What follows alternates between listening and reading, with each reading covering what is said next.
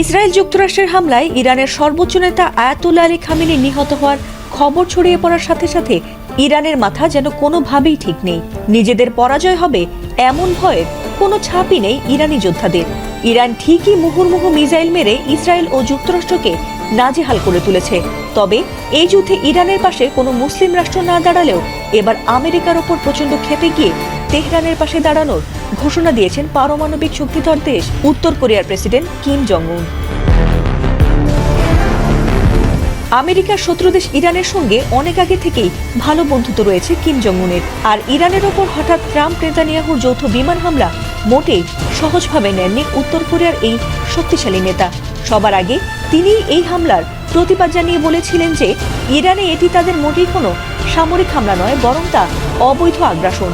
এমনকি আন্তর্জাতিক আইনেরও লঙ্ঘন করে চলেছে তারা, এমনটি বলেছেন তিনি। তবে এবার ইরানের পাশে থেকে ইসরায়েল ও যুক্তরাষ্ট্রে সরাসরি মিসাইল মারার হুমকি দিয়েছেন তিনি। ইরানের পাশে থেকে কিম জং উনের এমন ঘোষণার পরপরই কিছুটা হলেও ট্রাম্পের কপালে দেখা দিয়েছে দুশ্চিন্তার ভাঁজ।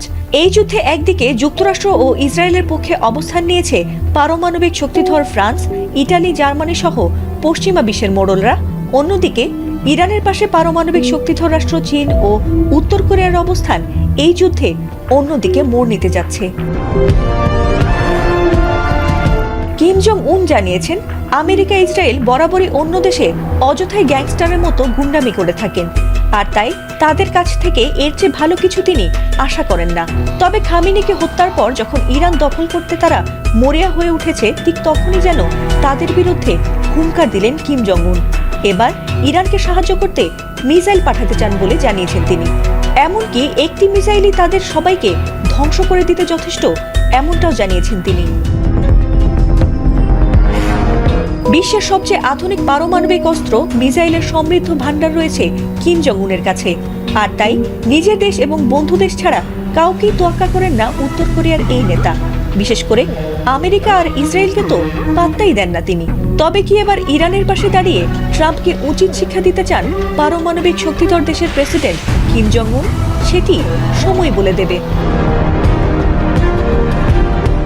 এদিকে নেতানিয়াহুর বাসভবনে ইরানের হামলার পর আতঙ্কে দিশেহারা হয়ে পড়েছে ইহুদিরা।